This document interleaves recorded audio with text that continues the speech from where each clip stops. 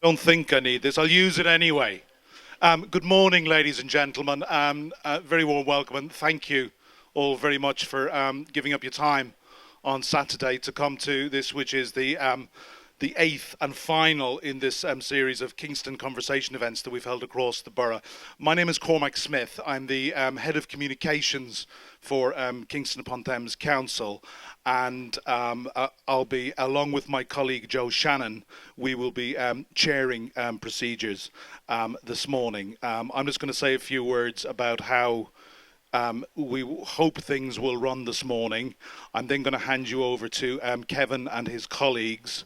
They will speak for not more than 15 minutes, just to kind of, between them, not each, just to set out a few things. What we want to have this morning is a really, really good discussion with all of you. And that's questions, or if you want to make a point and have a discussion about it.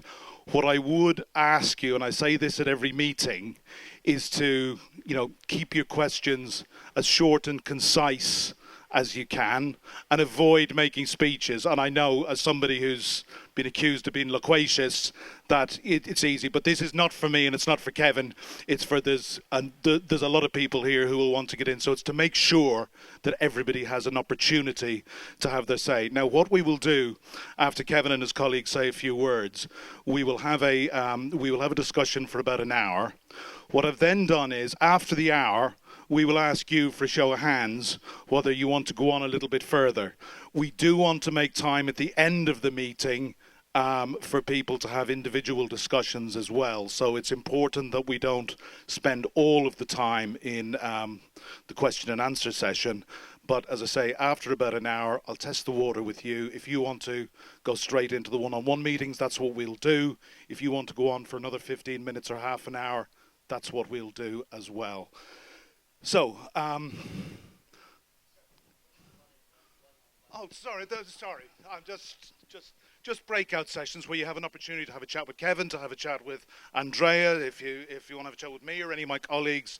And again, not teaching any of you to suck eggs, but I know from doing lots and lots of these meetings in the course of my career, there are some of us are very happy to get up and talk to a room full of people, and there are some of us actually prefer to speak to people one-on-one in a more private situation. But also, you may have asked a question, but you want to follow up that question. So it's just to try, and what we're trying to do with these events is get the balance right, so we can basically have a conversation with as many people as possible. I don't want anybody in this room to get left out. So if myself or my colleague Joe, who's standing behind you, asks you to come to the point, we're not being arrogant. It's not for us. It's really, we're trying to kind of think of the other people who are behind you. The other thing I just been asked to say this morning, apparently the local ward members have given up their monthly Saturday surgery this morning, and this is quite an auspicious moment. It's the first time in 17 years I've been told that has happened. So I think this says something about the importance of these events. I do have to say the 7 we've had so far have been fantastic. This is the largest turnout we've had on a Saturday. We've tended to have larger turnouts during the week. We've had up to 140 people, but it's fabulous to see so many of you coming along. So I can do the health and safety stuff. We've no fire alarms. I don't, God forbid, there shouldn't be anything untoward happening. But if anything does happen, then obviously we'll just all stand up and file out very orderly, and myself and my colleagues will help you. But we don't foresee anything happening there. So I don't think I have forgotten anything. So really, without further ado, I would like to hand over to Councillor Kevin Davis, Leader of the Council. Good morning. I'd just like to add to what Cormac said, and thank you very much for turning out on a very nice morning, actually. So it's very nice to be here in Tudor with you, and I do thank the ward councillors for giving up their morning session of you coming along and giving them all the issues you want them to deal with. So thank you very much for doing that. My conversation with you this morning is really about 3 things. These are, for me, and I think it's probably not unique to Kingston, I think it's probably true of any other borough. These are the 3 issues which I think we all have to face and tackle over probably the next decade of issues that we've got to deal with. The first of those issues is, in a sense, what we're doing this morning. It's about the communications that we have as a council with residents. My perception is, gained over the last nearly 18 months since the last local elections, is that the council's rather bad at communicating with people. It's very bad at consulting. It tends to consult in a way which I would term as being rather 20th century rather than 21st century, which we send out to you rather complicated letters that don't look as if they're particularly important, and the next thing you know, we're building a road through the middle of your living room. And I think sometimes, quite rightly, residents react negatively to that, and quite often they don't respond to consultations because they don't recognise they're even happening. And it's only when then there's a plan to do what was on that consultation that actually people start to rise up and get concerned about it. I think it's also true to say that consultation is a very, very awful word because it tends to imply that we as the council are coming to you and telling you what we're going to do, as opposed to engaging with you and building a plan with you about what the plan should be. So we've got to change that. This is a part of that change. Last year we ran an all-in-one survey about this time last year, which went to every household in the borough. We had a very good response rate to that, and in fact at the rear of the hall there are some boards which lay out what the global, borough-wide response was to those issues. But you'll also find up there some boards which relate specifically to the issues that were for this area that were raised by those who responded. So please do have a look at those at some point on your way out when you get a chance. So communication is really important. We've done that. We had the survey. We had a series of 16 Meet the Leaders sessions which we held in the early part of this year. In every ward in the borough, I went out and met with people who just came in. We either did it as a surgery, sort of one-to-one, or if there were large numbers of people, then we actually sat down and had a conversation there. We've now come to this stage, and in fact, this won't stop. We are going to continue this process. And I'll talk a little bit about what happens afterwards, maybe during the course of the question and answer sessions that we'll go through. So there's the first issue. The first issue is communications, how we as a council relate to you, the people that live here, how we consult with you, how we talk to you, how we engage with you, and that's a really very important issue for us. The second issue I want to raise with you is again one which is not unique to Kingston. It's something that's happening right across London and the South East, and that's the issue of growth. London is growing. There is no doubt about that.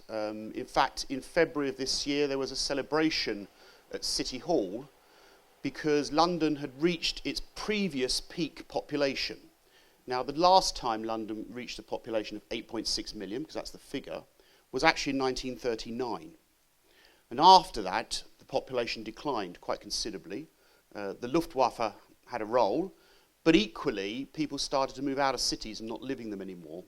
And that really didn't start to rise again until the mid-70s, mid to late 70s, when we started to see the population creep up. We've reached 8.6 million, which is the previous peak. But the problem for us all is that the projections are that we'll reach 11 million by about 2050.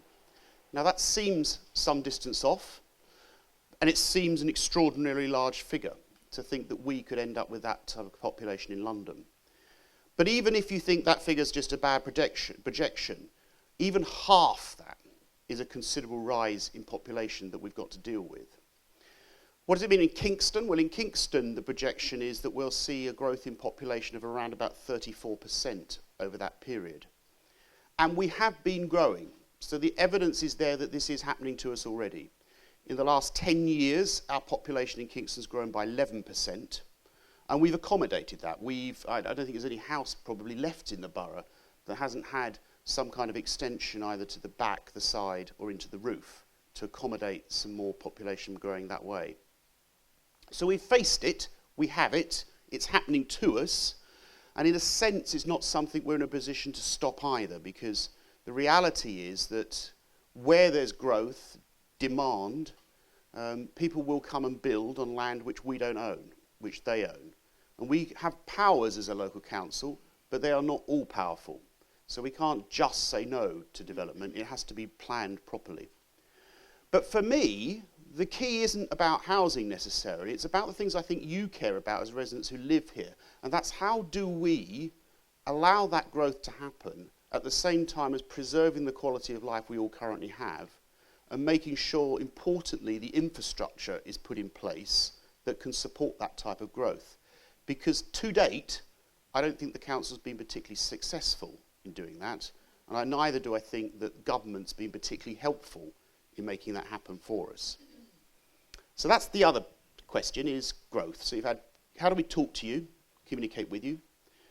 How do we plan this growth? How do we work with it rather than stick our heads in the sand and think it's not going to happen? But on top of that, as if our life wasn't even more complicated, we have another big issue to deal with, and that's our budget, the council's budget. Because over the next 4 years, in fact, by 2018, our budget will be 45% less than it was in 2010. Now, many people believe that the economy is growing, that austerity is over, but actually for local councils, we're not even really halfway through the reductions in expenditure which we're going to have to plan for. Now, if any of you run a business, or even if you run your own household finances, you'll know that a 45% reduction in income is incredibly difficult to deal with. Up to now, we've dealt with it by reducing services, by salami slicing, bits here, bits there, bits everywhere, 5% off here, 7.5% off there. There comes a point, and I think we're at it, where we can no longer do that, because what you end up doing is making every service we have rubbish and not good. And I think what we've got to now have a debate about is what is it that we stop doing completely. And that's part of this debate today, and I hope it will go on over the next few months as we start to look at our budget for next year. Part of that debate is, what do residents really value of the services we provide? Because there are going to be things that we're going to have to stop doing in the budget process that's coming around to us very soon. So, there's the three big questions. How do we communicate? What are we going to do about a growing population? And what are we going to do about a budget that's going in the completely opposite direction and is declining quite rapidly? Now, I'm going to hand you over to Terry, who's just going to take you through a couple of things that we're looking at doing at the moment, which might spark off some ideas, but it'll also be very useful for you to hear some of the things we're up to.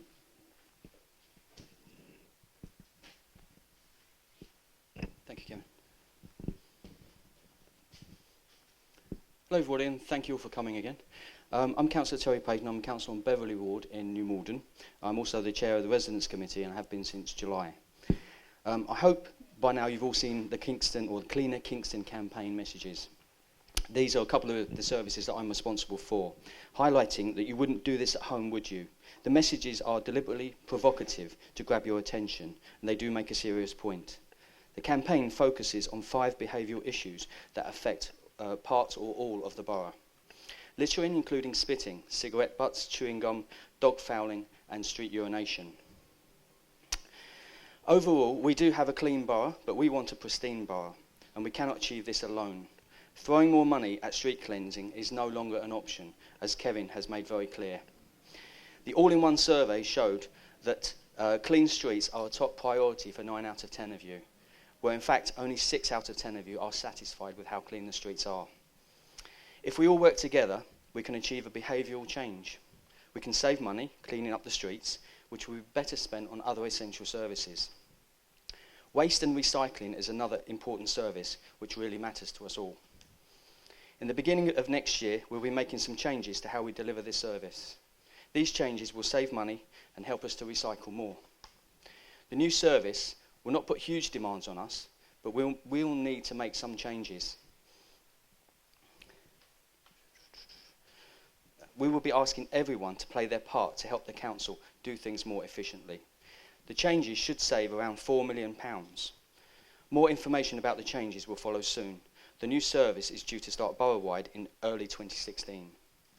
This is one of a number of changes that we simply have to make if we are to manage the massive financial challenges that the borough faces in the coming years. Once again, the key to our success will be the council and the residents of this borough working together. Kevin has already said the world of local government has changed forever. Securing our futures and the futures of our borough is going to require all of us to work together in a way that we simply have not done before. We will answer as many questions as honestly as we can today. This is the start of a better relationship between the residents and the council as we tackle things together. Thank you.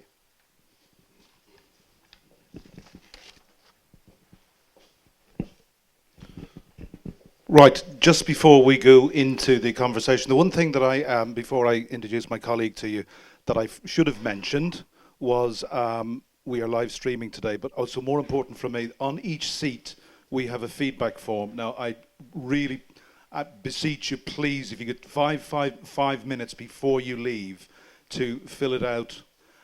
It really is helpful. We need to know if this event has been useful to you, but more importantly, how you think we can improve these events in the future, because as Kevin said, this really is just the start of a new relationship.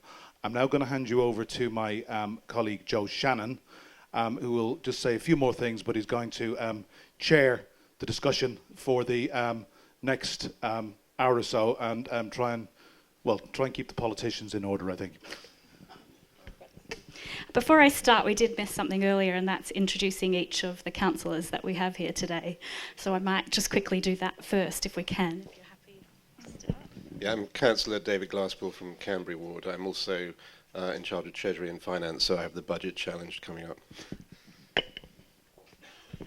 Hello, I'm Councillor Rowena Bass. I'm from Coombe Hill Ward, and I help David on Treasury, and I'm also Chair of the Audit Committee.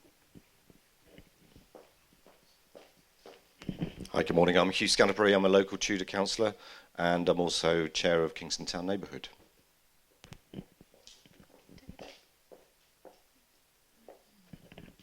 Hi, I'm Councillor Maria Netley. I'm one of the Tudor Ward councillors. I also work on the within the housing department, and vice chair of Kingston Town. Thank you. I'm David Cunningham. I'm a Tudor Ward councillor, and I'm also chair of the Growth Committee. Sorry, I missed you, Rebecca. Hi, I'm Councillor Rebecca Moll. I'm a Liberal Democrat, and I'm on Development Control Committee. Did I miss any other councillors in the room? No. Very good.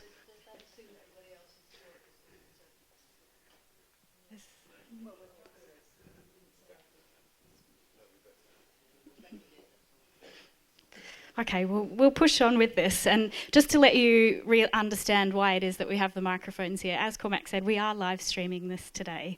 And the reason we have the microphone is so that people at home can hear us very clearly, just as you can here in the room. So we might look a little silly being in a small room talking with microphones, but that's why we have them.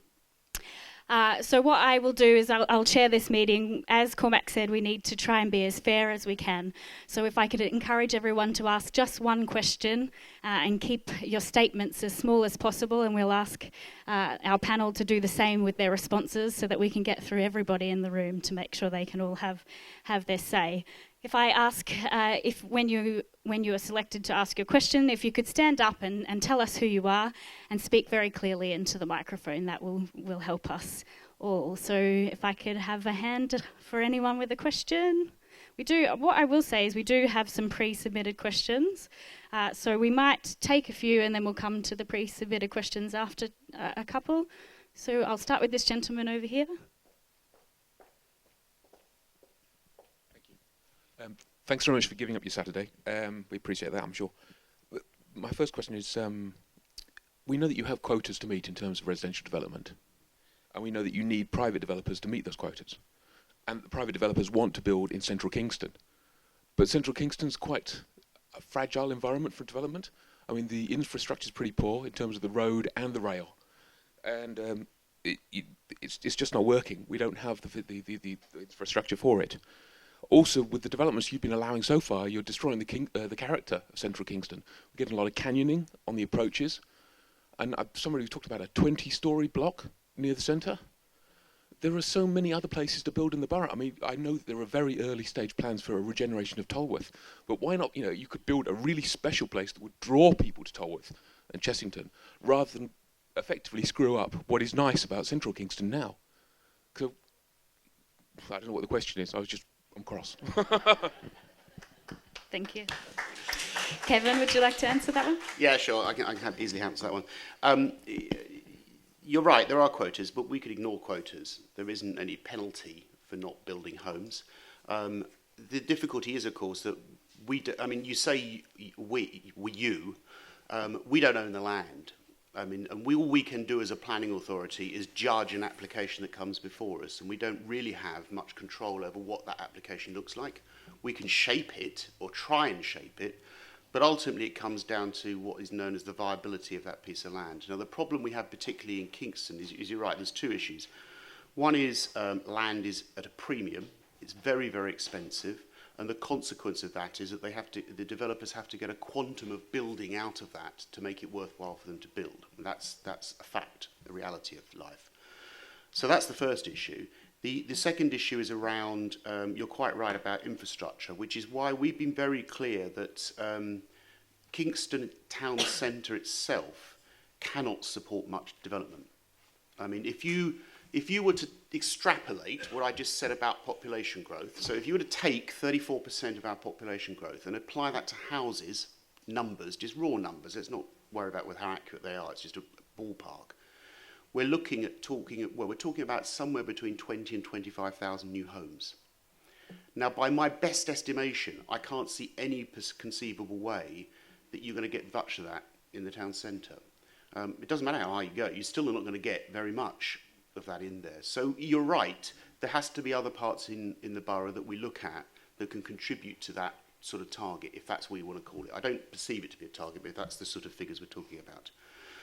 When it comes to Kingston Town Centre, I think we have to be very clear that infrastructure is a big issue for us. Any plans that are developed around the town centre have to involve major investment in infrastructure, in roads and transport links. So it's no great secret that we're going to have to look at where bus stations are. We're going to have to look at moving the train station. We're going to have to look at the road layout and whether the road layout actually is performing in a way which allows us to get the maximum number of people moving through the town. I think we're going to have to look at pedestrianisation of more of the town centre, because one of the biggest issues I feel is important to us is air quality, and I think the air quality is particularly poor in the town centre. I think it's getting worse. So I think there's a whole lot of things that we do have to look at as part of that. Let me just deal with this issue about height of buildings, because I think it's really important. I'm not a fan of tall buildings. I mean, I don't have any particular wish or desire to have them. I think, we've got tall buildings in the borough already. Unfortunately, in the town centre, the tallest buildings tend to be the ugliest buildings we have, and I'd rather they were bulldozed, to be honest with you. And I'm referring there to, well, for me, the worst one is Kingston College, which is pretty awful. The second worst one is the one opposite the cattle market, which I, as a kid, used to know as the combined insurance building. But, they're terrible buildings. They're really extraordinary that they were ever built. But that was just the style of that time. So we do have height within the town. We've been very clear, and this is not just us, it's not just the recent plans that have been in place. There have been plans going back 10 years for the development of the town centre, which is called K+20, which had sites for tall buildings in. It's just that the recession meant that people didn't want to build them, and that's what we're dealing with at the moment, is a number of applications that are coming forward for perceived tall buildings. We've very, very clearly said that in the town centre, and it's in the plans, that buildings over 9 storeys, there are only 3 places they can be. And that's if the development of the cattle market took place, that's one place. The old post office is another place. And the site which is currently being planned around Eden Walk is another. But that's it. There are no other places. And there's no other opportunities, in my view, in the town centre. So, in summary, it's really difficult because we're not in control entirely of our destiny. We can set policy, but we can't necessarily just enforce it because people go off to Peel and win. We have plans for taller buildings, but they are limited in terms of the town centre. And also, we've got to look wider than the town centre because it can't support much house building. Can I? Yeah, you certainly can. Sorry, I'm just going to add one point. So I'm Councillor Andrea Craig. I didn't introduce myself earlier. I'm the Cabinet Member for Growth and Identity, and part of my role is also business. So I just wanted to add a piece which is really important here, which is, and I agree with everything Kevin said, the town centre has some hugely historical parts to it that need to be protected. but there will be some growth because there has to be, and there will be some growth around business, for example, which generally is very, very welcomed. I'll give you one example. We actually had a business strategic conference a few weeks ago, and one of our biggest employers in the borough is called Saipem, which is a Italian oil and gas company. They are a brilliant example of what we need to do more of, but they have to go outside. They had to go back into the city, basically, because we didn't have enough buildings for them. And we need to look at how we communicate better with businesses to make sure, because we need more businesses to come to the borough in a positive way so that we have a good balance. Because the other part of the conversation has to be about not just growth in terms of buildings and residential, it's growth in economy, which will then bring money back into the borough for us. So that was the point I wanted to raise, that it's really important we get that balance right, and we are addressing that too. Okay, so there was a question over here on the other side of the room, and then I might come to the questions that were pre-submitted. Thank you. I really just wanted to ask a follow-up. Do I need it? Hello, yeah. I just wanted to ask a follow-up to Kevin Davis's initial remarks, just on the two facts that you gave us, which were absolutely horrendous. I mean, I'm surprised we didn't all just walk out, to be honest. The two facts I'm thinking of are the budget cuts, which, as I understood from you, were something like 45% in real terms by 2018. So my question on that is, how does that compare with the present national administration's overall reduction in public expenditure, which has been forced to come to balance by the end of the Parliament or by some target date? So, in other words, are local authorities being asked to take a bigger cut than the average?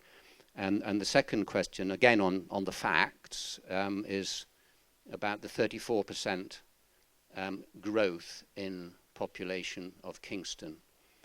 Of that, as you said yourself, it may not be a very good projection, we don't know, but nevertheless, within it, there will be components, one of which is birth rate.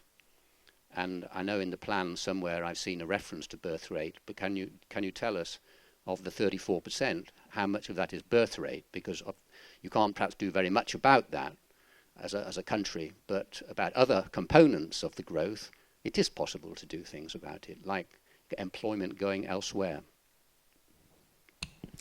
Okay, let me deal with the budget one first. The 45% reduction is from 2010 to 2018. So, in a sense, we know what our destiny is by 2018. It will be that level. It is part of the government's austerity that's actually what's hitting us and that we have to deal with.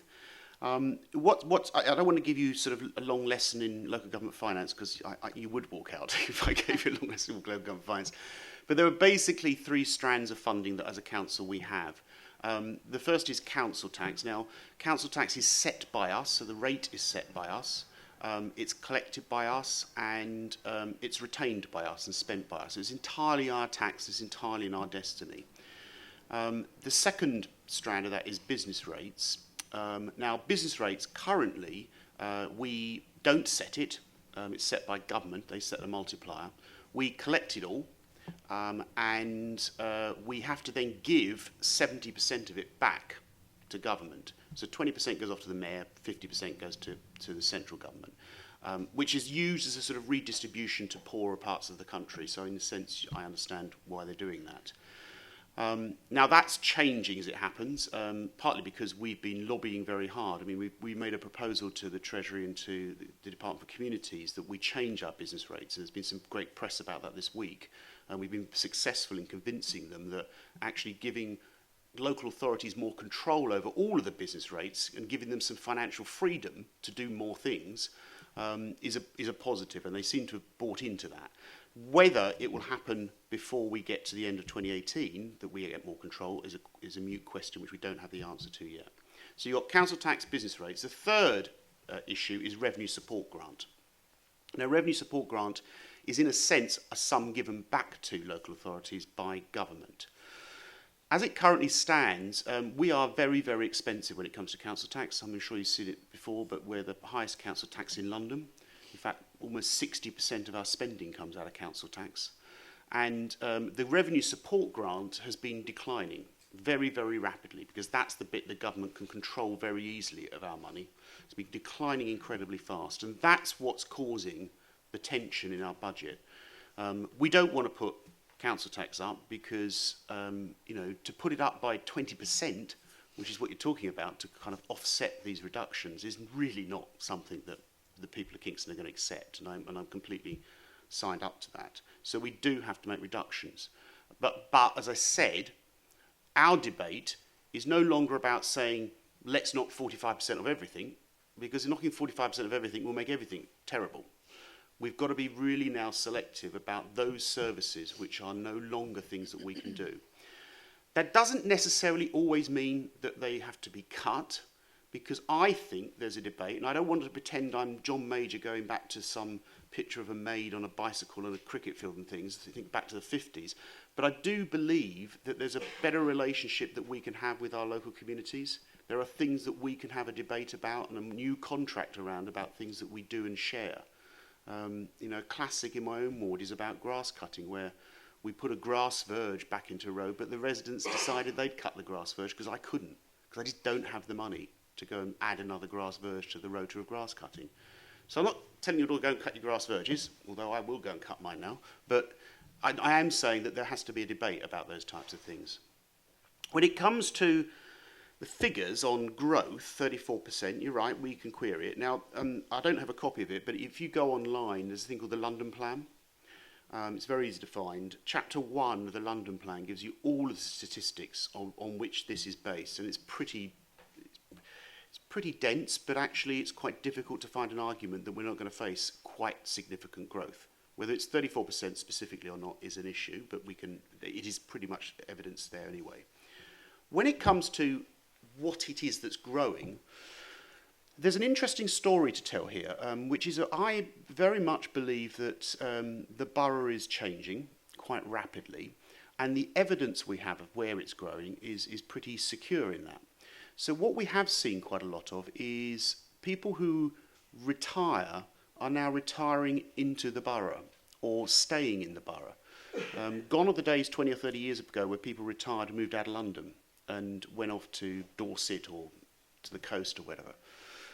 They are now tending to retire and downsize within the borough.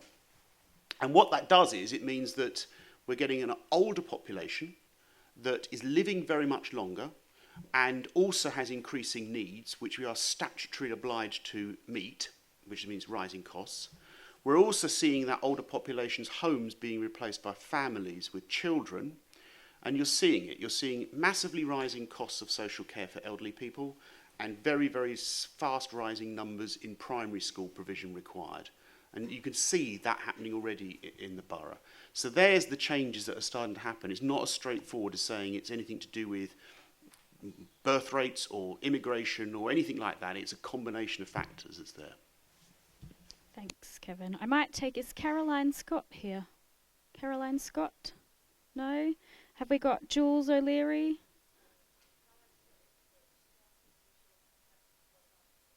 Okay, certainly.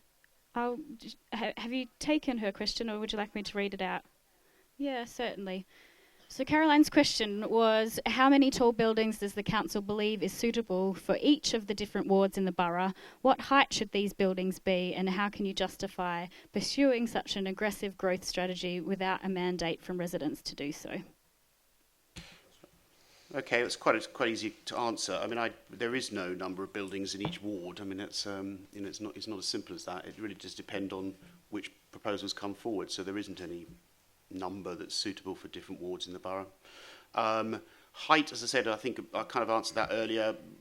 There is no set height. I mean, there is some people that have argued that we should have a plan that fixes heights of buildings. The trouble with that is whenever you talk to other London boroughs about this, there is an issue around that, because what tends to happen is that if you set a maximum height for a building, you then tend to get all the buildings the same height. and your townscape looks very, very odd. So we need to resist that. And in fact, what you tend to see is, which is something we are examining as part of a new plan which we're building, is you have what is known as a views strategy, which we have quite a lot of in Kingston anyway. So there are protected views from Hampton Court and other places about what we're looking across the town centre, so, and from Richmond Park and other places. So we think a view strategy is probably a better approach to that. And justify pursuing an aggressive growth strategy? Well, we're not. I mean, we're just not. There's no point in pursuing it. It's going to happen to us, and that's the reality of where we are. We've got to deal with it somehow, all of us. Because I mean, I'm a resident. I live here as well, and we've all got to deal with the fact that we are already seeing massively growing numbers in schools, massively growing numbers of elderly people requiring care, and we are going to see continuing pressures, I think, for the next 2 decades. Thanks, Kevin. And if to the person that's a friend of Mrs. Scott, can you just let her know she can watch this video back so she can see his answer, or else she can send us an email and we can give her in. No problems. So we have another question from Jules O'Leary. Is Jules here? No? There's another question that's come in from Mr. Sanctuary, but given that you've just spoken, do you mind, can we leave it to the end? And if there's anything left, I'd like to give everybody else a chance in the room to ask a question first, and we can come back to yours, because it's quite a list of different...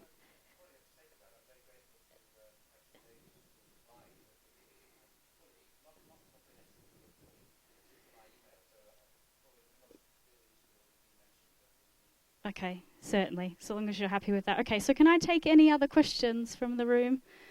Perhaps on this side, I'll take the gentleman in the... Check. Hi, good morning. Thanks very much. My name's Derek. I'm a local resident. I've come along because you've called this Kingston Conversation and the future of the borough, which is great. The problem I have this morning is everything sounds a little bit doom and gloom. It's very downbeat, very apologetic. I would like to know, if possible, where's the excitement in the plan? And can you give me something tangible that I can get excited about? You know, the reality of it is, if this were a company, you'd walk out of here and your share price would fall through the floor. So please, if there's anything you can give. I think that's a good question, Kevin. Did you? Yeah, okay, it is. I mean, obviously, in a sense, we have to lay out there the stark news and just have a debate about some of these issues. We have to do it. We have to do that. With the budget is not necessarily a good place to be. I think for the town itself, I think there is some really positive things that can come out of this. And this is one of the issues which I think we shouldn't always see growth as being a negative. There are many positives. The positives are actually driven by negatives, though, because at the moment we have a lot of infrastructure in our town which is very, very tired and out of place, and we're actually falling behind other parts of London, which is a real problem for us. And my view is that Treasury and other government departments at the moment are not going to give Kingston any money for anything unless they see a dividend for them in doing what we can do. So for as long as we do nothing, our trains will continue to be crowded, and we'll have trouble getting onto them, and there'll be always a sort of problem of standing going into London. If we look at the way we can shape growth and work with others in government around that, then they will invest here. So we will see things like Crossrail 2 coming to Kingston, which will give you another 10 trains an hour going into Victoria and Tottenham Court Road from Kingston, as well as the stuff going into Waterloo. So there are massive benefits and gains from that sort of thing. I mean, the other bit of doom and gloom, which I will share with people, because I know that others in other conversations that we've had have brought this up, is that there's a lot of focus put on affordable housing in this borough, an enormous amount of focus on it. The doom is that I've now come to the view that there is no such thing as affordable housing in Kingston. It just doesn't exist. If you look at any development that goes on in Kingston Town Centre, as an example, a one-bed flat now is what, £330,000, £340,000, something like that. An affordable house is 20% off that. Now, there's nobody that can afford 20% off that and still buy and be a nurse or a newly qualified teacher. So one of the exciting things we are looking at, which I think is going to transform that for the borough, is looking at our estates regeneration and seeing what we can do there to create more council homes. So the Cambridge Estate's an example, the Kingston Impton's another one. I think over the next 2 to 3 years we're going to see work start on certainly the Cambridge Estate to wholesale regenerate it, demolish it, plan it better, get rid of the concrete jungle that's there and create really proper homes on that site, and more homes, and council-owned homes, and private as well, and mixed tenure.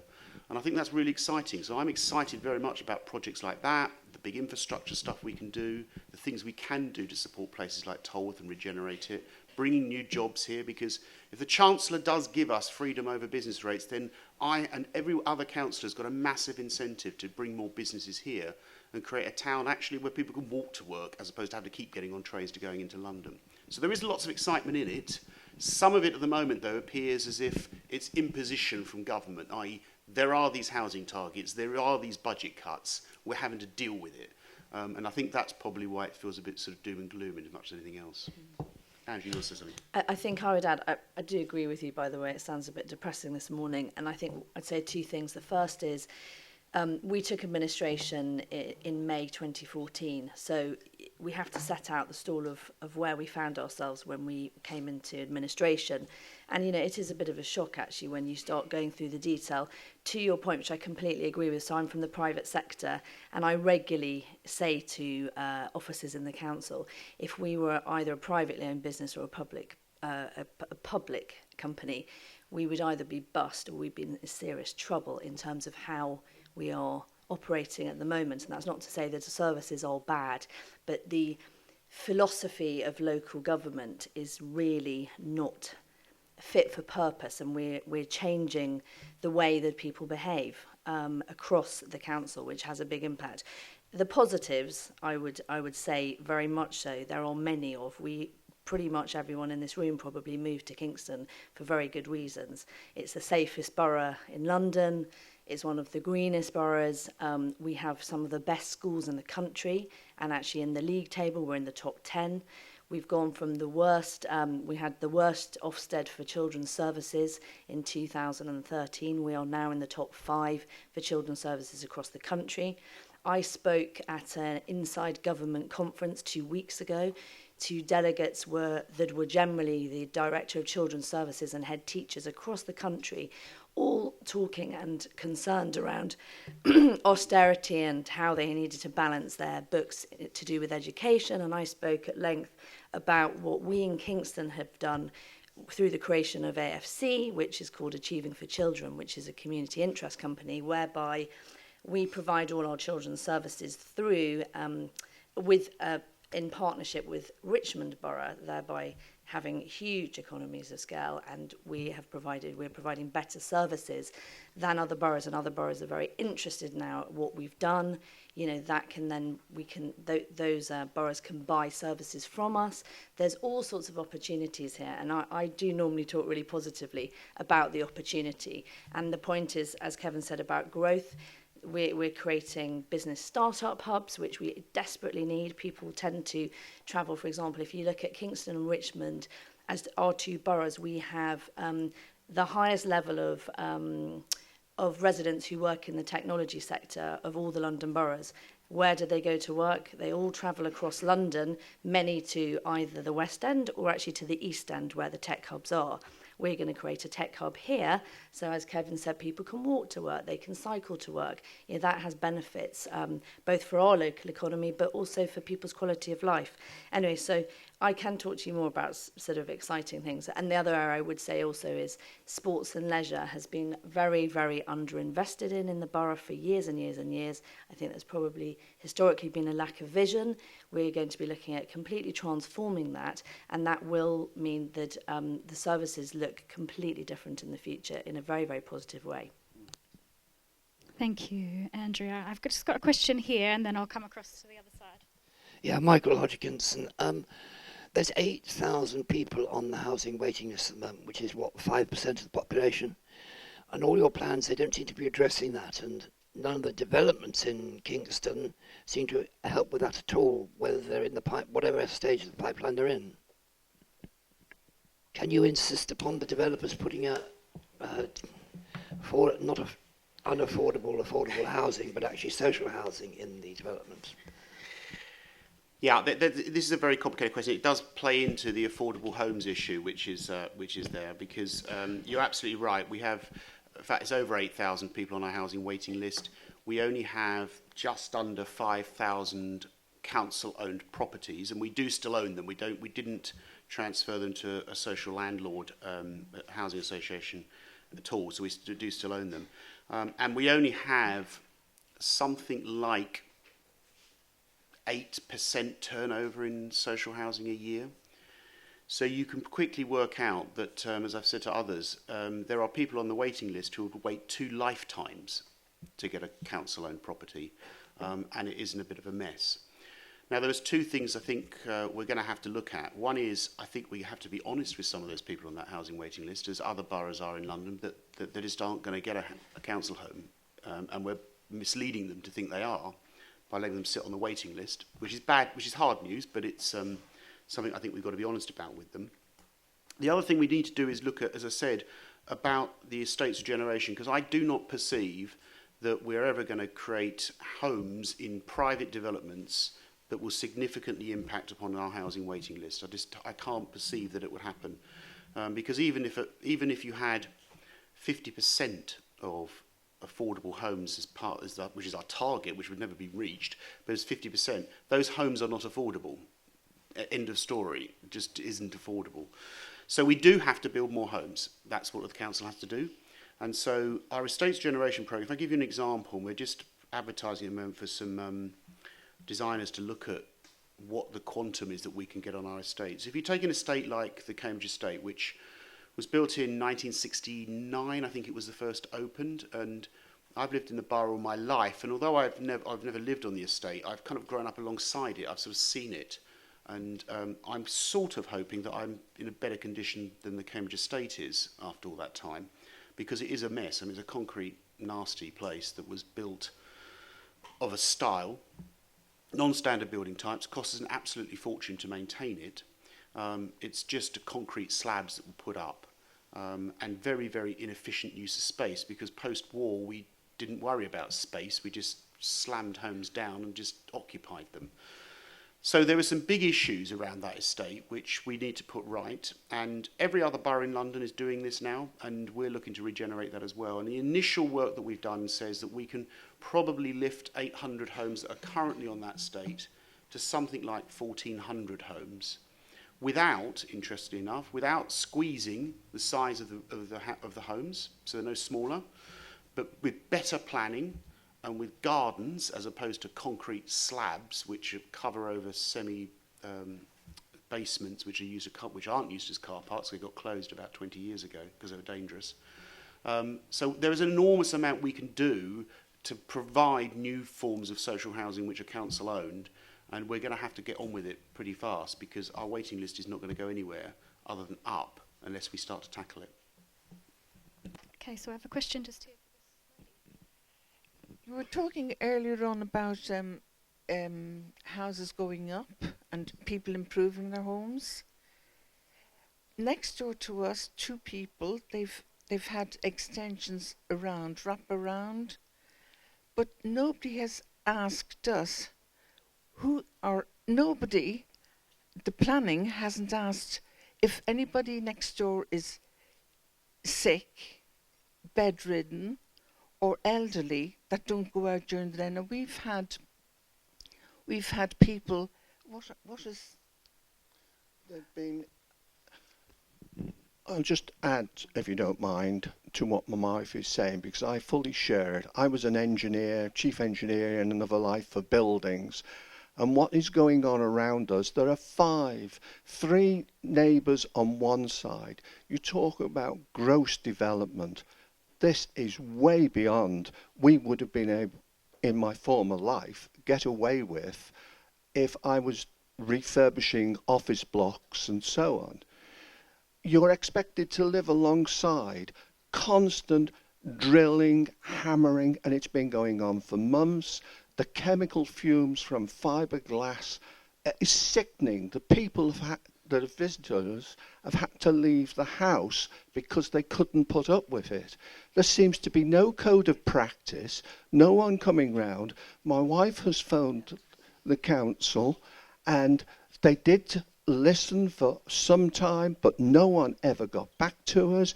They seem to forget, as my wife says, we are retired and we've lived in Tudor, in the house we are, for 43 years. You talk about gross development. It is gross what's going on around the area. We've got 5 properties, 3 on one side, 1 on the other side, and 1 across the road. You should take it into account what the people have to put up with. And we should be consulted about it, and a code should be developed between the neighbours and the people wanting to undertake the work. Okay, thank yes, it goes on as well. We've had the water turned off. We've been told that no warning. And the manufacturing of steelwork on the site has gone on day in, day out. Instead of getting it pre-cut, the steels, and what they've done is not just, we all understand about an extension, but these are removing the outside walls to put them on steel stilts to support the house. That is far beyond what I would expect to be able to put up with. Thank you. Thank you, sir. Can I just add one more word? Where is health and safety in all this? We saw things, we looked out our bedroom window and all frames, timber, bricks, you name it, was thrown up. Nothing was securely down. There was a door, a double glazed door, propped up against the small wall. Now, any child walking... Yeah, sorry. Do you mind if we could give... Yeah, I'm just so angry. Sure. No, you're absolutely right to be angry. I mean, one of the I think most councillors agree here that one of the biggest issues that we always get in our sort of mailbags and at surgeries is often around planning, and often around neighbourly conflict around planning. It's particularly true of extensions to the rear, particularly cause problems.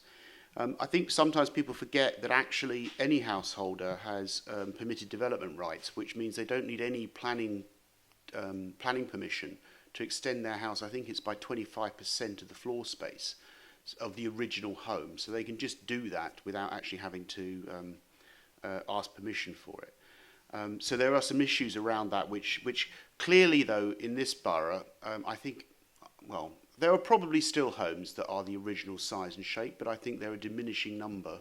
And in fact, most homes, I imagine, have been developed in some way. There are issues. I mean, we'll take it offline, what you've said, and try and find out a bit more about it if you want to talk to me afterwards. But there is building control. Building control should be there inspecting what's going up and ensuring that it's built in the correct manner and style and that all the health and safety issues are complied with. So we do need to look at that and see what there is. But you do raise a general point, which I think I need to make clear to everybody here, is that, and this is true of whether it's an extension or whether it's somebody wanting to put 300 apartments down. The council has powers, but it isn't actually as straightforward as saying we can just turn things down and say no. Our powers are limited.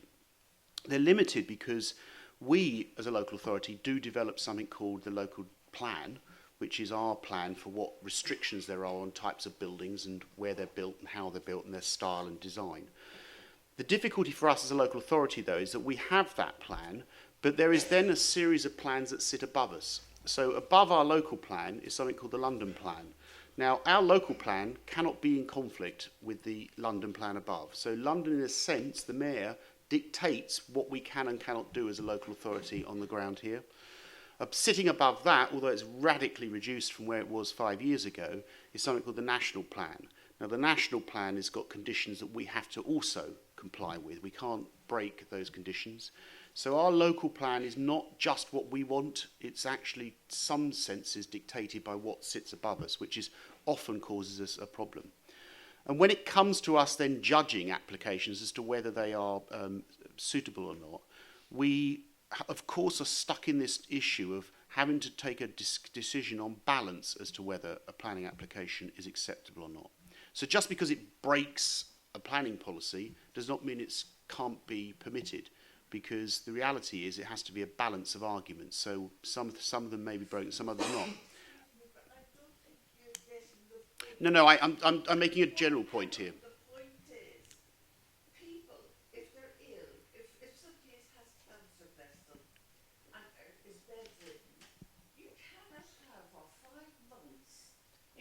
have 5 months of steel girders being sewed, hammer drills going on, 8 hours from 8 o'clock until 5 o'clock with an hour's break. Yeah, You cannot have that. No, I agree with you, but we... Of course, it does, but we don't have powers that relate to that. We have powers about, if in that instance, times of construction. We can make that a condition, but we can't stop it just because there is an unwell neighbour next door. It's not something we can do. So I think what we might do is if we can move this offline to another discussion, just so we can get around to everyone else in the room. We've got a gentleman here that has waited from the start, so I'm very sorry that I missed you earlier on. Yeah, thank you for giving up your time on a Saturday, and it's a really good idea. This, I think. There's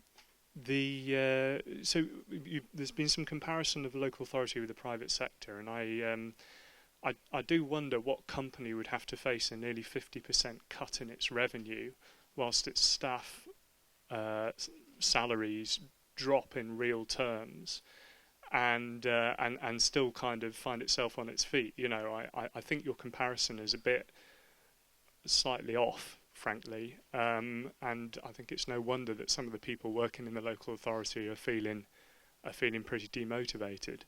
So I don't think that's a great comparison to make. The 50% cut or 45, whatever. You've got a lot of statutory responsibilities towards the elderly, towards children, and so on. And it feels as though, a lot of the council's money goes on social services.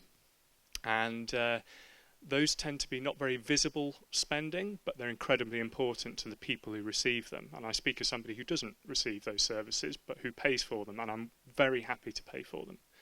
My issue is that things like, keeping streets clean, chewing gum, parks and so on, yes, very nice. But actually, if that is being done, because people are, vocal people are asking for it, and if that's being done at the expense, of leaving somebody elderly and isolated, who doesn't, write a letter to the local paper, who doesn't kind of stand up and be counted, I'm wondering, the question, which I'm taking a while to come to, the question is, how are you going to balance the needs of the kind of reasonably small, not very vocal minority who desperately need your services, compared to people like me who are perfectly happy to stand up and say, yeah, I want a new park bench, I want this, I want that, I want, new cycle lanes. And you've got a very, very difficult balancing act there with a 45% cut. How are you going to achieve it? Yeah, it's very difficult. You're absolutely right. We do have statutory responsibilities which we can't get out of. So, in a sense, there won't be an elderly person that's not getting care or a child that's not being looked after who's a looked after child. So, those things won't happen because we do have a statutory responsibility. We can't wriggle out of that. We have to deliver that, and that is absolutely right. And I'm, completely happy with that. You're also absolutely right, and this is why I think we want to start this debate. Now, we will be coming back with a more rigorous look at the budget and to share with people, like in meetings like this, some of those issues that we've got around the budget. Because you are absolutely right that the bits, unfortunately, that are non-statutory, that the council has control over, are also the most visible. And they're also the ones which almost every resident does use. They are the parks, the street cleansing, the rubbish collections, all those types of things which every resident buys into. They're general services, and they're visible. And that's, you're right, where we've got to sort of look at how we can square things and make them better. So, there are some issues which we need to think about how we can share that with residents. And I alluded to some of that earlier when it came to the context of the grass verges. So if I was to tell you, for example, that street trees, we all like street trees, they all cause us more costs sometimes because they actually upset the pavements and cause more repairs to pavements than possibly need. But they are beautiful to have. They also contribute to a better air quality, so they're important to us from an environmental perspective. We, at the moment, have got so many empty tree pits in the borough that at the rate we're currently filling them, it would take over 20 years to fill them again because the trees have died and we've not replaced them. So we do have to have a discussion about how residents can get involved in that. So how can we, you know, share the cost with you of putting trees back into street trees? If you're a resident with a pit outside that's not got a tree in it, can we work together? Now that's messy. It's not like councils have been before. Councils like to be organised. They like to have a contract, and here's the contract, we deliver the contract. This stuff is fuzzy because it's not about just one thing, black and white. It's about us having a different relationship as people in the borough where we're prepared to help each other, in a sense. There's a fantastic project which has been going on for about a year or so now, more longer than that, in Old Malden, which has been funded by a public health fund. And it basically has had council officers and others, police and others, just knocking on people's doors and talking to people and actually introducing elderly people to their neighbour and trying to create those community links again, not because they have to look after the neighbour, but just so that they're aware that they've got an elderly neighbour next door, because people have lost that contact. So we do have to do that. We have to try and find a different way of dealing with things. Finally, and I will say this, and this may sound controversial, I wouldn't want it to sound as it's I'm saying this the wrong way. There is, of course, another thing that we can do other than cut spending, which is increase income. And I think, again, we've got to have a debate about that. Now, when I say that, I'm not talking about massively ramping up penalty charge notices and trying to photograph people going through yellow boxes twice the rate that we currently are, which is quite a lot anyway, because that's not what I'm talking about. But I think we do have to have a debate about what other things we can do to increase income in the borough. Are there other facilities we could deliver for you which we currently don't, which we can make money out of? You know, are there better ways of utilising our services? I mean, Andrew and I have been having a discussion recently about whether we should issue every child in the borough with a library ticket, because suddenly our libraries get used an awful lot more if children have just got access. They don't have to apply as they currently do. So it's about maximising the services we've currently got as well as making sure we're reducing our spending. And I think the thing I'd add to that is your description is going back to the way the world was here 30 years ago. You know, we've kind of moved away from very much. Kingston's actually one of the greatest, I think, in terms of community-minded and community-focused boroughs in the whole of London. And we've got really good communities and really good residents' associations. There are so many fantastic examples, charities, volunteers. But what's happened is things have become very fragmented. And I'm sorry you think that it was probably my comment that upset you, and I'm sorry if that was the case. It's actually more around, I get really frustrated about customer service and customer care. And I think we're really poor about that in the council. And that's what I rant about in council, that ultimately you are our customers. And if this was a private or public company, we would be bust because no one would buy our services. That was my point. So apologies if I said it out of context. But the point is, a library, a community hall, whatever it is, shouldn't be one thing. It should be many things. And I think actually we have a beautiful opportunity to create brilliance. And actually I'm going to ask Terry actually to now talk about something that he's doing in New Malden, which gives you a really good insight. I look after libraries, for example, and I look after sports and leisure. Why can't those things all be in one roof? Why can't we have a brilliant youth centre that's actually also part of the sports complex, which also houses a library? And I'm going to hand over to Terry. Thanks, Andrea. I mean, one of the first things, I'll go back to your comment about helping the elderly, the vulnerable in the area. Part of the responsibility I've got is to do with rubbish, and it's also to do with parks, green spaces. And one of the things that's come up as in the all-in-one survey we had as the most important thing to the majority of people in Kingston is the parks and the green spaces and the clean streets. However, working together, as I was saying earlier, every time someone drops a piece of litter on the floor, someone's got to pick it up. That has a cost. If every time someone goes to drop something, they think, I'm not going to do that, is it because the enforcement officer's behind them or because they've got a social responsibility to think, no, I'm going to put that in the bin, help keep the place tidy? That leaves more money for us for other essential services. So then we can help the elderly more rather than waste money on picking up things off the floor that somebody didn't have to drop. So that's part of the things that we're trying to work on with enforcement in the centre of Kingston, enforcement officers who are looking for people dropping litter to try to encourage people not to do that, because obviously it's going to save us a lot of money if we don't have to spend it all picking up people's rubbish that they could quite easily avoid and just put it in the bin. But coming on to what Andrew just said, in New Malden, we've got quite an interesting project that I picked up on a couple of years ago when I first became elected. And we've got an area of land which is actually council-owned, which is where the big difference is. We've got, we looked at the land, there was a planning brief for this particular piece of land, and we decided it wasn't fit for purpose. So that was taken away. We worked with the local community who came forward to suggest what they would like on this piece of land. Now, this is the New Malden's Futures Project. It's a group of local residents who've got together, working with myself, working with the council, full support of Kevin, to actually bring together something in the area which is needed. There used to be a resource centre on this site, and that's gone. Everything is gone now, it's just an area of wasteland. Now, that site will be built on. So the idea is that the community, working with all of us together, will get something in that area which the community desperately need. And things like a market square, we were talking about possible library, things like that within the area, supporting the local leisure centre. So we end up with a development which fits in the area, which is supported by the residents of the area.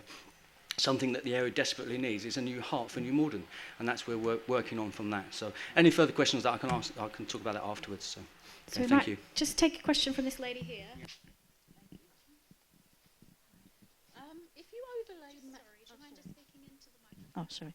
If you overlay maps of the proposed opportunity area boundary and that of the conservation areas in the borough, it quickly becomes clear that there are areas of overlap. What level of protection does conservation status afford when the proposed opportunity area designation is defined as the potential for future growth and development, as I understand it? Thank you. Let me explain, for those who don't know, what an opportunity area is. The opportunity area is something which the Mayor for London promotes, which is part of the London Plan, and it's a what you do is you define an area and carry out a number of surveys within that area to see what is the quantum of development you could get and what is the infrastructure that's therefore needed to support that development. So we are in conversations with the Mayor for London. There's nothing definite about this yet because this is an investigation period. Of an opportunity area that covers quite a significant part of the town centre and also goes down to the Cambridge estate. So it's quite a significant area that we're talking about. In terms of what it means, it doesn't actually mean a great deal other than it is called an opportunity area and it's being supported by the Mayor's office. We will still have to develop a plan which would be consulted on like any other area plan. Kingston has got a number of plans that operate already. There's what was the old K+20 area action plan, which has been around for some years. There's the recent Eden Quarter development brief. So there's a number of plans already there. And this is just another plan which sits alongside that and looks at what the opportunity is for development in that area with the Mayor's support. In terms of protection, I mean, it doesn't cut across anything in any other way than any other plan. So I keep calling them Heritage England. I think they're now called Heritage England as opposed to English Heritage. Still have a duty to be consulted and to offer their comments on that. As now, a council can ignore English Heritage if it wishes to. It runs the risk of not necessarily getting its plans through, and it could suffer from call-in if that were to happen. So the protections are there. And I must be really, really clear here because... Sorry? It's when the Mayor can call in a plan or call in a scheme which they don't think that we're approving which we shouldn't approve, or we're turning down which we should approve. And that call-in exists at the moment. It's only for large developments at the moment. It's about 150 units and above, but it is the law is changing around that, and it's really important. On the heritage thing, I really want to make this very clear to people because it is quite interesting, this aspect. Andrew alluded to this earlier. I mean, I think the reason we all live here, and I think the reason people want to come and live here, and why we have to face this growth issue, is because of the very nature of what Kingston is. To me, it is the most historic place in London. I mean, it is the place where the kings of England were crowned before they built Westminster Abbey. It is the place where the first king of England was crowned. And actually, I think the biggest shame of Kingston is that we've never really represented that properly. We've kind of hidden this. And whether it's retail that swamped it and shops that have swamped it or some other aspect, I don't know.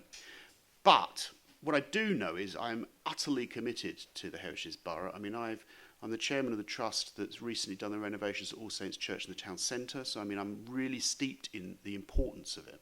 And as we grow, that's the bit we've got to preserve even more and actually enhance even more. Because for the people that come here, if we don't preserve that, we lose our very inherent nature as a town. And it's so utterly important as far as I'm concerned. Even to the point, and some people think I'm mad here, but Tolworth is one of the most historic places in the country. I mean, it has still got a medieval farm. It's still there. We own it. The council owns a medieval farm in Tolworth. And the history, back the Domesday Book of Tolworth. Now, for us now, it's this sort of strange sort of cigarette box tower that Seaford built. But actually, it's a really very historic place. And wherever we go in the borough, there are sites that we have to enhance. And if we are to grow history, culture, we need more parklands, not less. We've got to find ways of more people being able to enjoy the place we live in. And that means not just living here, but breathing here and having recreation space here and all those other aspects. Okay, so we've been going for about an hour of questions now. So we've got another couple that people are still waiting on, which I'll ask. But just so that we can get us through as many, can I just remind everyone to be as brief as you can with the questions and also with the responses, so that we can get through. So we've got a lady here that's wanting a question. Thank you. Good morning. My question is about schools. You talk about the growth that's happening, but as ever, there is a problem with schools. We've had the secondary come in, which has been fantastic, but we have a development near here, Latchmere House, which I live right round the corner from it, and if my sons were trying to get into Latchmere School now, they wouldn't actually get in. Thankfully, they're now at Grey Court, and they wouldn't get into Fernhill, so those children at Latchmere are not going to have anywhere to go. We have a problem because the government is the one who buys the sites. We have a problem because developers are allowed to buy up whatever sites they like, whether they're business, and turn them into residential. How are you, as councillors, what means do you have at your disposal to actually find the right sites that the EFA can buy and provide the schools for the children who are coming and are already in this borough? Oh, my favourite subject, the EFA. For those who don't know, the EFA is the Education Funding Agency, and they basically fund schools and buy sites for new schools. And this is one of the great myths that exists, actually, about local government. People feel that we have a right and a role as a local council in schools. Well, we used to, but that's dissipated almost entirely now. Schools, in a sense, almost all schools are now independent state-funded schools. They are legally independent from anything, and they are no different from a private school. It's just that the state pays per head of pupil for pupils to go there, and it makes it very complicated. And as usual with government, they sometimes change things but leave us with a sort of residual responsibility. And apparently our residual responsibility is to plan for school places. But having planned for it, we then can't do anything about it. We have to wait for them to come in and actually make the changes that are there. The difficulty in Kingston is, and you're absolutely right, is that you run out of sites very quickly when you start to look at available space for schools. Most of the pressure, which is odd, but most of the pressure in the last 10 years has been around primary, and it hasn't actually transferred in any great degree into secondary. We'd have had to have had 2 secondary schools by now if all the primary places we had provided had ended up passing through to secondary. So there is an issue which we need to think about when we look at this space planning, because it's not as simple as just taking birth rates and extrapolating them forward and thinking that's the number of people we're going to have as schools. So what we're looking at doing at the moment is we are trying to work with the EFA. The EFA find us an odd borough because we do want to work with them, because most other places the councils just loathe them. They do have a tendency to buy sites without even asking us. So quite often I'll open up the Surrey Comet to find they've just bought some site which was a former office building which they think they're going to turn into a school. Where we are prepared to work with them is that the council doesn't own much land in this borough. It's not as much as people might anticipate we do. We are currently undertaking a piece of work with Boris under the London Land Commission, which has been set up. Now, the London Land Commission is to try and draw together all the pieces of land that exist in the borough that are owned by the public purse. Now, you wouldn't believe it, but we don't actually know where all that land is yet. So whether it's health land, our land, the Ministry of Defence, which is quite a lot in this part of Kingston, we're putting that in together to try and then anticipate what we can do with those bits of land, where we can provide new school places, and where we can actually look at development of housing or other services such as hospitals, because that's going to have to expand, GP surgeries, all those types of things. So that's where it's going to come from, is the London Land Commission, looking at brownfield sites. We do have sites which we currently own, which we're in conversations with the EFA about them having from us. But I have to be honest with you, I get quite reluctant to just hand over land to the EFA for nothing, because actually it's ours. And I know I'm very reluctant to sell off the family silver anyway. I prefer to hold on to something and invest in it as opposed to just selling it off for development. Thank you. Is there any other of the panellists that want to say anything to that? No? Okay. I've got a gentleman here. Good morning, councillors. I belong to the local residents association, Tarak, and we're currently a little bit sort of confused as to the council's work that they're doing with Kingston Little League over Latchmere Recreation Ground. I don't know whether this question came up earlier. I came in about half an hour after it started. But the query we have is with regard to what the council can actually do. It's not against any proposals. We understand that Kingston Little League want to develop the previous toilet site into a shower block, kitchen and toilets. And that seems like a good idea for the local community and for young people. But the land itself does not belong to the council.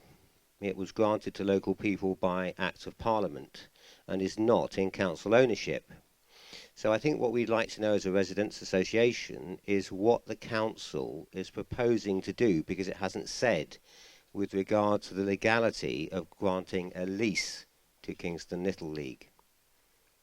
And that's my question.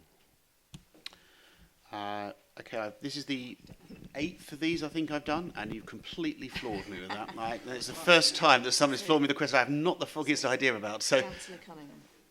Councillor Cunningham's holding his Cunningham, hand, which yeah. of course, being he'll know probably what the answer to that is. Yes, I'm David Cunningham. I'm one of the Tudor Ward councillors, and obviously Latchmere Rec is within our ward. I have been having meetings with the Little League and also with our solicitors. I don't think you're quite correct. We do own the Latchmere Rec.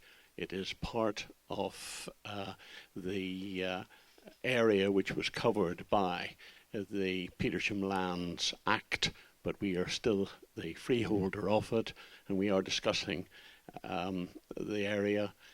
We expect the Little League to bring forward some schemes. They had an exhibition here about 3 months ago, which were generally well received.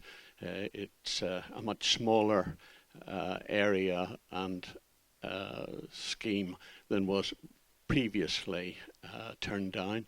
But as far as I'm concerned, yes, there are some legal difficulties, but we are the freeholder. The only complication is as regards the working within the Act as to the responsibilities for subleasing it, because obviously we'll have to give a lease on the land for them in order to build it. So I'm fairly optimistic that. Well, of course. Of course. And,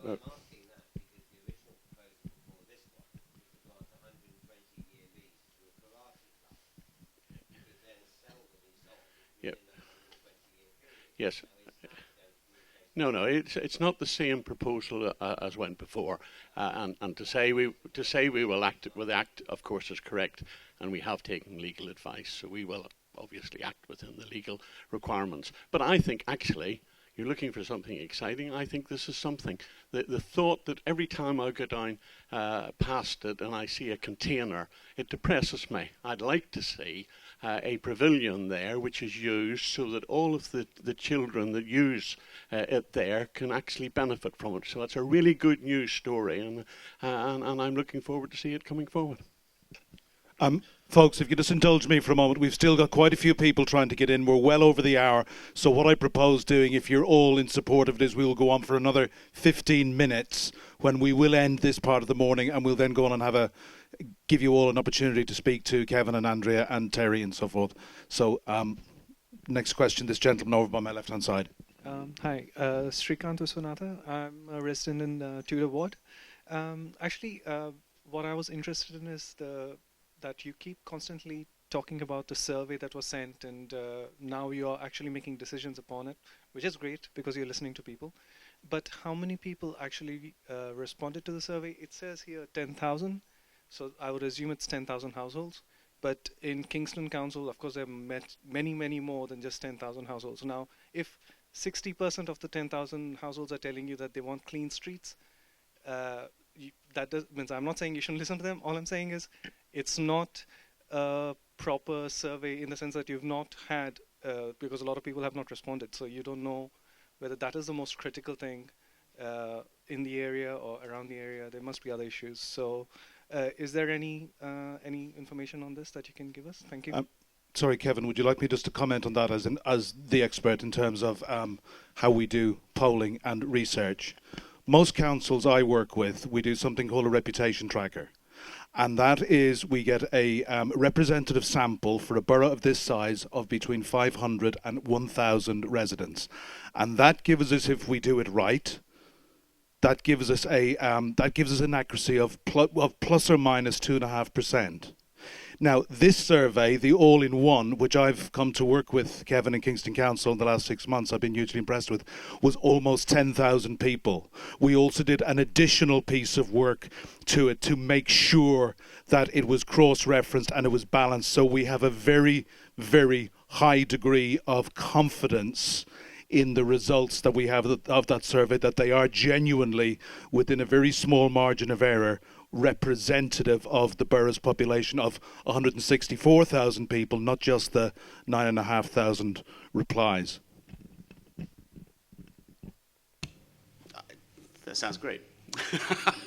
I mean, all I would say is that my experience is that a survey like this, you would tend to expect to get around 2 to 3% response rate if something pushed through a door, filled in and returned. So anything that's sort of, 8, 9% is 2 or 3 times better than you would have expected from a return like that. I mean, is it enough? No, of course it's not enough. Is it enough that there are, 40 people in this room this morning? No. And that's part of my debate that I started with, is that we've got to do a lot better about engaging with everybody and try and giving everybody the opportunity. And sometimes this is about at least giving people the chance. If they choose not to engage with us, then they may be happy and that's their life and they don't want to get involved with us. But I think, at least giving people a chance is really a very important part of where we are, I think, as a council at the moment. And I think the only thing I would add, if this is okay, is you're absolutely right. The response rate, actually, we were really, really happy with, as Kevin said, because normally, I mean, on our neighbourhood, we might get a response rate of 1%, and then the attitude is, oh, no one has an objection to this, therefore you do something. Whereas actually our argument is, have we actually properly been... Have we got to the right people? Have they heard what planning applications coming before us? But there are 2 things. One, it's really important, if you have any ideas about how to better engage and how to get our message out further and communicate better, please let us know, because we do want to improve more. And particularly, we found in the Kingston Conversations that I'd say probably under 30-year-olds generally aren't coming unless they're very, very connected, through whatever means. And for me, it's really important we're representing the 18 to 30 as much as anyone above 30. So we have really got to work hard to identify how we do that better. So any ideas would be greatly appreciated. Anyway, just want to say that. Thanks. Hello, I'm Marilyn Mason. I'm a local resident and also chair of Kingston Environment Forum. With that second hat on, I would say we query the whole growth agenda, whether it is actually necessary. And I second what the gentleman over there right at the beginning said, that it would be better if some of these jobs went to places where they really need them and where there is affordable, genuinely affordable housing. But also, to go back to the infrastructure issue, which was raised earlier, it would obviously be very nice if we had more schools, more trains, more clinics, better road alignments, more council houses, etc., etc. But if those are all predicated on a population growth of 34%, won't they all just fill up as quickly as we create them, and we'll all be back to square one? Nobody will be any better off. Thank you. Well, yeah, I mean, I'm a resident, and I'd happily query the growth agenda, but it's happening. I mean, the evidence is there. We've grown 11% in 10 years, as I said earlier, and it is going to be growing more. London is growing. I do speak to some leaders in other boroughs who say, why can't we just manage demand? And I actually don't know what that means, because I can't see how we can do that. And for as long as the borough is owned in the main by private developers, they are going to build homes that are going to bring people here. And there's little we can do to stop that. We can manage it, and that's what we're really talking about, but we can really not stop it.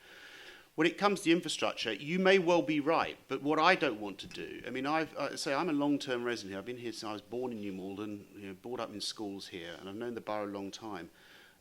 You must understand that it's got to be our responsibility and my responsibility that in 20 years' time, when I'm still here, I don't live in a borough that's a complete mess and looks like Lambeth did 40 years ago.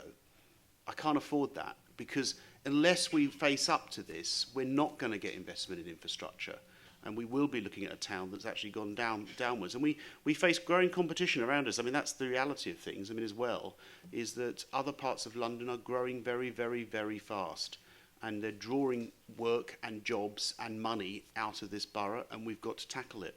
So I hear where you're coming from. I would rather it didn't happen. I would rather I could go back to Kingston that was there 20 years ago, which was a quieter place. But I can't see how we can do that, and I can't see how I can put my head in the sands and say it's not going to happen. And I think I would add to that, and you know this, Marilyn, that actually, if you look, in the past, the council has buried its head in the sand. It hasn't really addressed, for example, that 1 and 2 bedroom flats actually might have a baby in there that then needs a school place. And that's been part of the problem in the past. So we can either wait for things to be done to us, or we can be part of changing the shape of what that looks like. And change is scary, and people don't like change, and we'd all rather it is exactly as it is, I'm sure, although I wouldn't like some of the buildings in Kingston to say, because they're pretty ugly.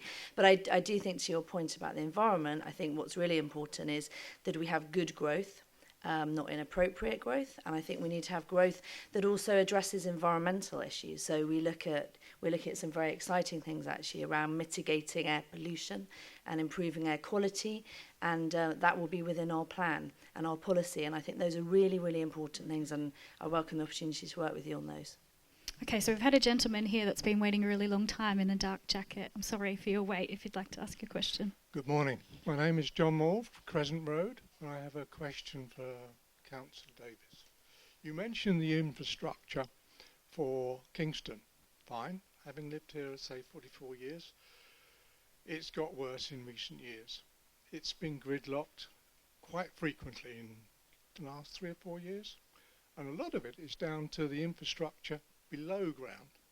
Is the council addressing this as well, and then taking on account of the planning department's developments, or is it in the hands of the developers?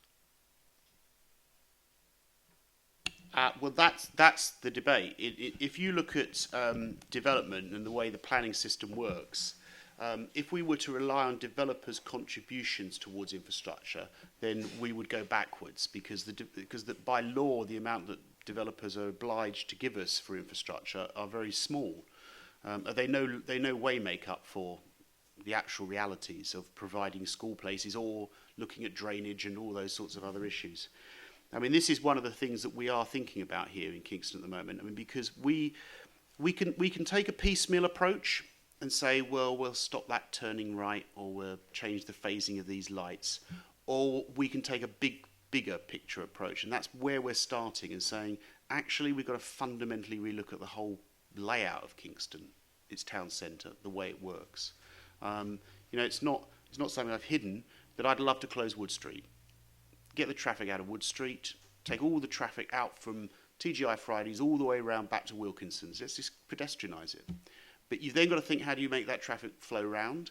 And there has to be plans around that. Now, you could take a limited view, which is use existing road network and reroute it and make things two-way. You could take a really big picture view and say, well, let's dig a tunnel. Now, I'm going to start with let's dig a tunnel and then scale back as I have to, because Boris gets very excited about digging tunnels, then suddenly says, well, actually, it's kind of very expensive. But actually, those types of things, I think, are the debates we have to have, because I don't think it's any more about just opening up. You live in this part of Kingston. I still, for the life of me, do not understand why we closed the right-hand turn at Kingston Station. I do not understand it at all.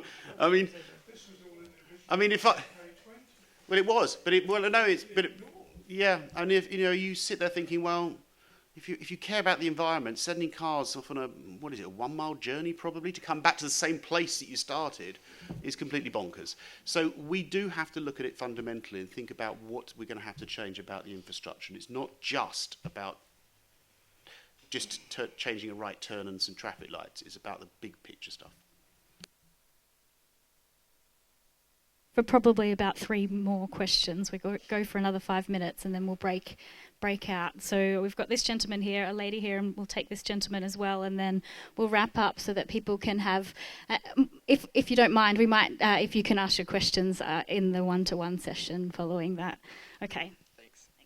Hi, my name's Josh. I'm a student at Kingston University. I'm also hired by Kingston University to run a community cohesion project, which is aimed at improving community cohesion. Part of that, I get to sit on ward panels, which is great. So I get quite a big insight into what happens in the borough. You've spoken a lot about renovation of the estates. The ward panels that I sit on, like I said, I have that insight into sort of the vulnerable people that are on the estates. And my question is related to, during these renovation periods, what will be the impact on those residents? There's a number of ways you can do estates regeneration, and every borough in London has tried some of these approaches, so we know kind of what works and what doesn't work now. One approach is what they've done in Southwark on the Aylesbury estate, which is the largest estate in Europe. Their approach there was you move everybody off and then flatten the whole thing, and you start all over again. Now, there is that for me that is a very brutalist way of doing it, because even though the estates are terrible in my view, and they're badly constructed and they're expensive to maintain, they're badly laid out, there are people who live on these estates who live perfectly happy lives, lovely lives in those homes, and we need to be very respectful of the fact that that is the case.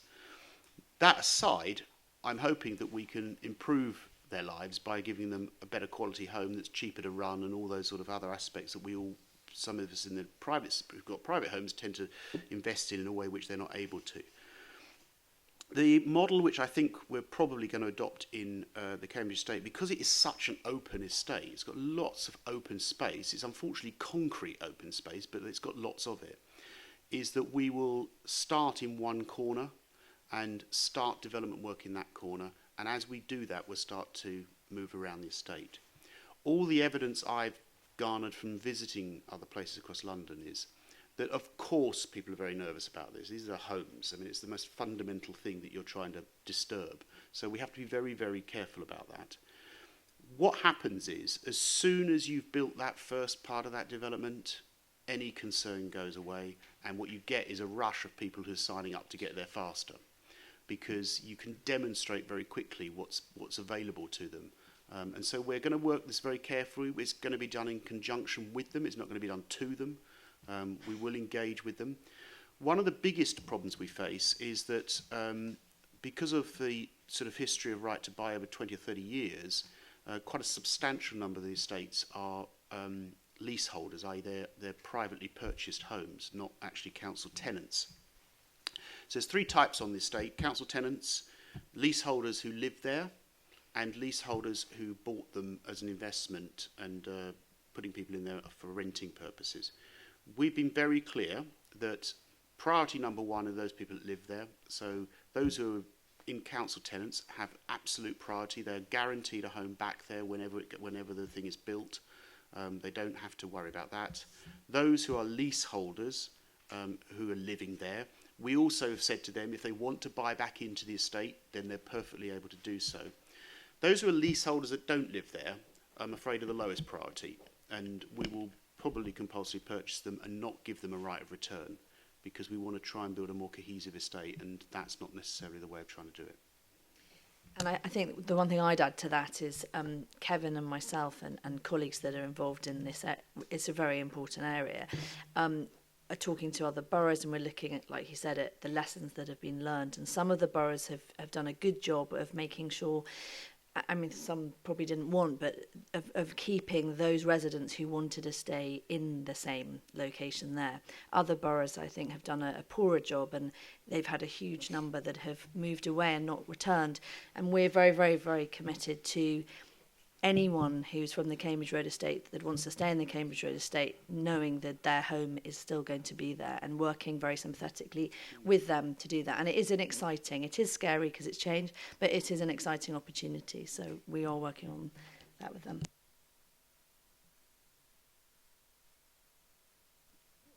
I know I promised another couple of questions, but we've absolutely run over time. So we're going to just have one. This gentleman's been... Oh, okay. Let me ask, because I just told this lady that she couldn't have a question. And could you please, I'm going to ask politicians and residents to be really brief, but then we are going to have a chance to have a further chat afterwards.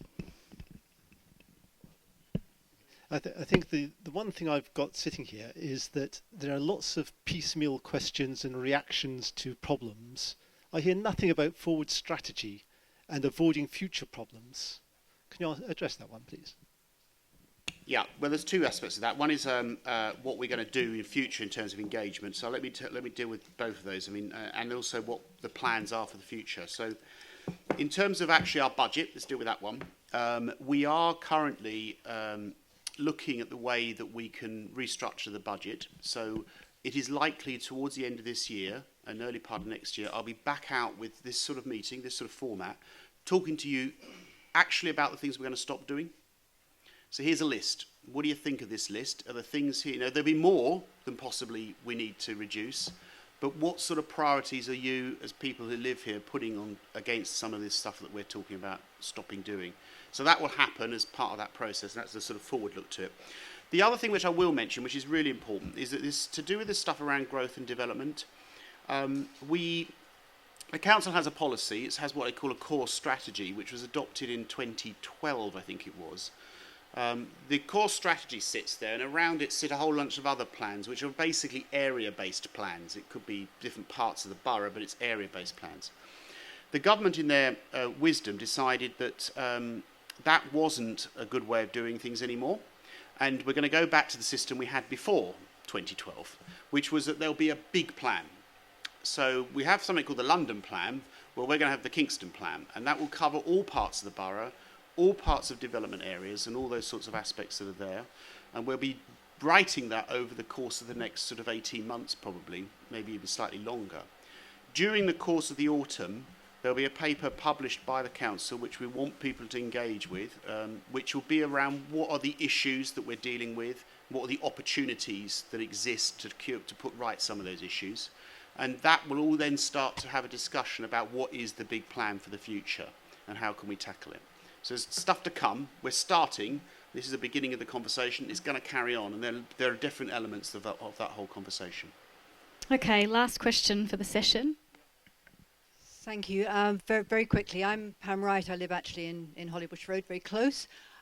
You interestingly talked about the increase in older people in the borough and the changing age profile, both of young people and older people. I mean, clearly, the development of schools in the borough is a very emotive and I guess almost more to be a more sexy topic than the services for older people. I have a background both working for Southwark and in the voluntary sector for older people over my past career, and I'm interested in how you see the development of services for the older age group in this borough, both those who are younger age in retirement, and particularly those whose needs are increasing in the borough, who you were talking about earlier. But also, it's interesting that people are choosing to retire in Kingston and come into Kingston to retire. And whilst you have statutory responsibilities, there are, you'll be very aware, there are a huge amount of services that fall out of that remit. And I'm interested in terms of what Andrew was saying earlier about the provision of how your provision for younger people have changed in terms of using a particular company to route those services through, and how you actually see older services developing in the future, and whether you see that as an option. Okay. Some of this you'll recognise if you're sort of steeped in this, I'm sure, so it's not going to rocket science to you particularly. A priority for us going forward, particularly with older people, is keeping them in their home. We are seeing, in fact, the council itself has closed, has closed and is looking at closing all of its care homes, because what we've discovered when we did an investigation back last year is that council-run care homes are actually more expensive to run than private ones. Per day, per week, per resident, we were having to charge. Well, our charges were about £200 to £300 a week greater than they were in the private sector. And so we've had to look at that, and keeping people in the home longer is clearly part of this objective, because that will reduce costs actually over the longer term than putting them into care homes at very expensive rates. What we're also doing, and this is a really important aspect, is that as a council we've done a lot of work about what I call vertically integrating, which is going out and sharing services with other councils. So we share our children's services with Richmond, we share our IT with Sutton. And there's a whole mixture of this. That has only got a certain amount that it can contribute to our savings. It's a limited gain. It helps, but it's not the whole picture. For me, a more important thing is a sort of horizontal integration but across the borough. So when they close the police station, and I'm not saying they are going to, but the day will come, because reality is their budget is as constrained as ours. Why is it that the police desk has to be in the police station? Why can't it be with the council? Why does a job centre have to have a separate building? Why can't it be with the council? Why can't we have a single place that residents in Kingston go to when they need support from public services, as opposed to multiple facets of organisations you have to try and work your way around to work out where you're supposed to be? The most immediate thing we're doing is having a very, very serious conversation with our partners in health about setting up a single entity which will run our health and social care within the Kingston. So we're not just pooling our budgets, we're going to put them into a joint venture, because we've already demonstrated with some of the tabletop work that we've done around this over the last couple of months that there are significant savings to be made from getting people through the healthcare system, particularly older people, particularly when it comes to the hospital. The hospital will tell you that the hospital is a dangerous place for anybody to be, because it's full of drugs and sharp implements.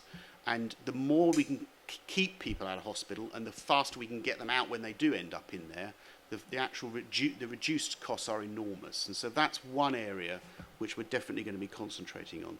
So there's a lot to do.